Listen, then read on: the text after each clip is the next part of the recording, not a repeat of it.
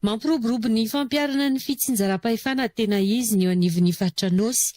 Tafiditra anatin'izany ny fampandraisana andraikitra ny eny fotony, anamafy ny fampandrosoana. Misy hatrana nefa ny fiara-miasa sy ny tantsorika tsy maintsy omeny eo anivon'ny faritra ho an'ny eny fotony, ahafahana mampifanaraka ny fampandrosoana amin'ny ivinan'ny faritra izandra ny fanazavana. Ahafahana manantanteraka ireo asa maro lafa ireo, ny sitraka fiara tsy mataho-dalana ny fatranosy, avy amin'ny tetika asa mionjo. Mampiasaina araka ny tokony ho izy sy anatin'ny ara-dalàna ity fiara ity, hoy ny fanazavana. Mila fiara ny faritra satria amin'ilay asa fandrindrana ny tetika asa rehetra sy ny asa fampandrosoana ara-tsosialy sy ara-ekonomika tsy afaka mandeha amin'izao. Namaly ny raiky, namaly ny roa, namaly ny telo. Ataoko hoe ianareo zany ny fahaefatra namaly an'izay fangatahana izay raiky moa sy mety iny.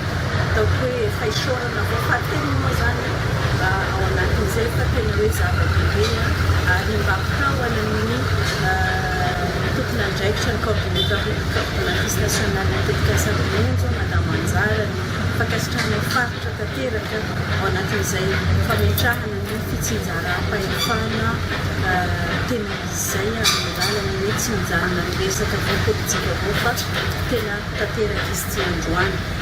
Fanohanana maro no efa azon'ny fatranosy tamin'ny alalan'ity tetika asa ity.